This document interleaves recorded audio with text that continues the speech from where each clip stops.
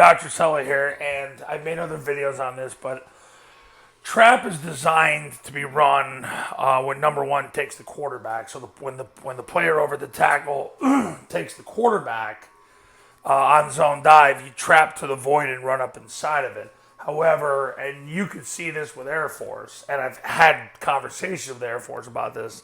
A lot of times when you call trap and number one takes the B back, a lot of times it's going to look ugly, but it's going to pop wide open because the backer runs himself out of the play. Here's what happens. So he takes the dive. So what will end up happening is you got the tackle who's working to veer across his face.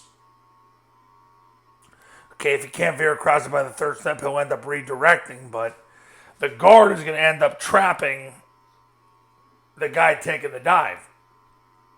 Number one's taking the dive, he traps him. It's going to look ugly. This backer runs himself out of the place. He's taking the quarterback. So then the trap hits the quarterback, jumps to the left. The B-back sprints to the ball, and once he hits it tight, look out. Look out. Because it'll look ugly. But you got to remember, this guy's out of the way. And generally, if they do it to this side, they're going to do it to that side. Because how do they know where you're going? You're in a balanced formation. You haven't tipped off what they're doing. Air Force doesn't do the whole twirl thing to try to provide misdirection. They just have him arc the D-gap player at the snap. So basically you got this backer running out of the play, that backer running out of the play. So that's what ends up happening. So it's going to look ugly. He's going to end up trapping the guy taking the B back, but what ends up happening is it's going to pop wide open. So when you trap versus scrape exchange, fear not, because a lot of times it even works out better than if you trap when number one takes the quarterback.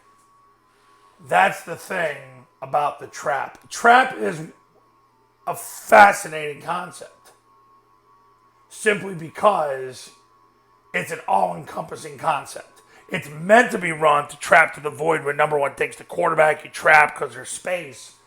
But it's amazing how it pops wide open. When he takes the B back, the guard traps that player, helmet to the left, right for him, drives him out of bounds, and this guy just pops open. It's not going to look pretty. But because backers are running themselves out of the play, there's nobody there. And it can really become a threat in your triple option offense, along with the zone dive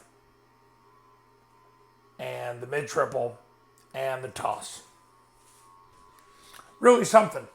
Coaches, you want to win more games in 2023, pick up the phone and give me a call. My number's on the thumbnail of this video, so is my website. The Triple Option Football Academy and Triple Option Football Academy camps will show you how. If you become a Triple Option Football Academy client, you're going to learn the offense. You can learn it in one day. I have people who learn it all the time in one day. So if you're going to make a shift right now in the middle of camp, you realize we don't have the players, we're not any good. We need to run something that Air Force runs because they don't have any scholarship players. And they're the underdog by a country mile, and they're winning. Call me now. Just call me now. You'll get the 3-step clinic. You're going to learn the offense in a day. You're going to have access to me 365 days a year. You call me, we talk. In addition to that, you're going to have access to a plan where within 10 practices, you're going to get the 100% of your potential. Matter of fact, the client is calling me right now, coincidentally. All right, see you later. Take care.